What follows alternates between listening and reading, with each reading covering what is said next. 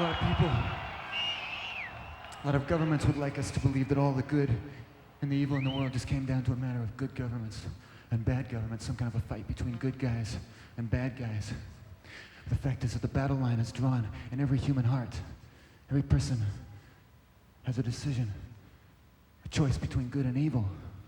And that includes people who claim to believe in Jesus as well. Not too long ago in New York City, there was this bishop.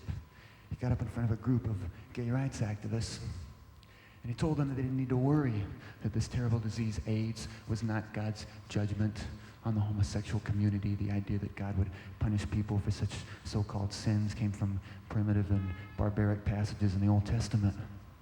Well, that brought about a predictable response the next day from more conservative church leaders. They got up on their pulpits and told their congregations that this bishop is wrong. They said AIDS is God's judgment on the sin of homosexuality.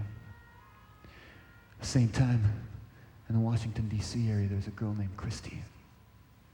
And Christy and her prayer group were going around spending their evenings and their weekends visiting Washington, D.C. area hospitals, going to the part of the hospital where nobody else was going to, where they were keeping terminally ill AIDS patients, and bring them gifts, flowers, cookies, sit and talk with them, pray with them if they wanted to.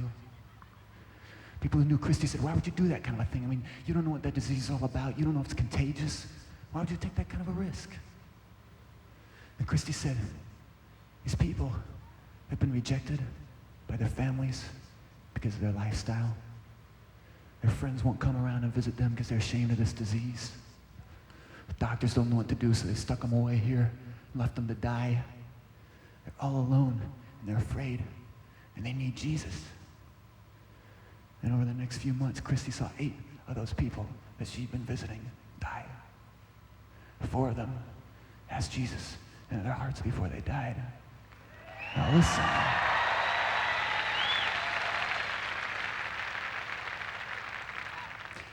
And you and I both know that one person like Christy speaks a lot louder than all the talk and the rhetoric of 10 religious leaders.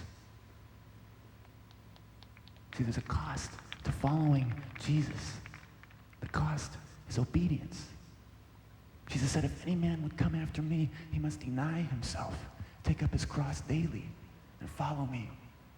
He said, if you want to gain your life, you're going to lose it. You want to lose your life for my sake, then you'll find it. How can a person like Christy look a person with AIDS in the eye and see another human being? The same way that a man took the hand of a leper and loved him. Jesus is the example. So I hope tonight, that these words get through. Because every night I sing them, they remind me of the same thing. Following Jesus, loving God, means obeying him. Jesus said it real simply, if you love me, you'll obey what I command. This next song is how I came to believe in Jesus and start a personal relationship with him. This is called Hero.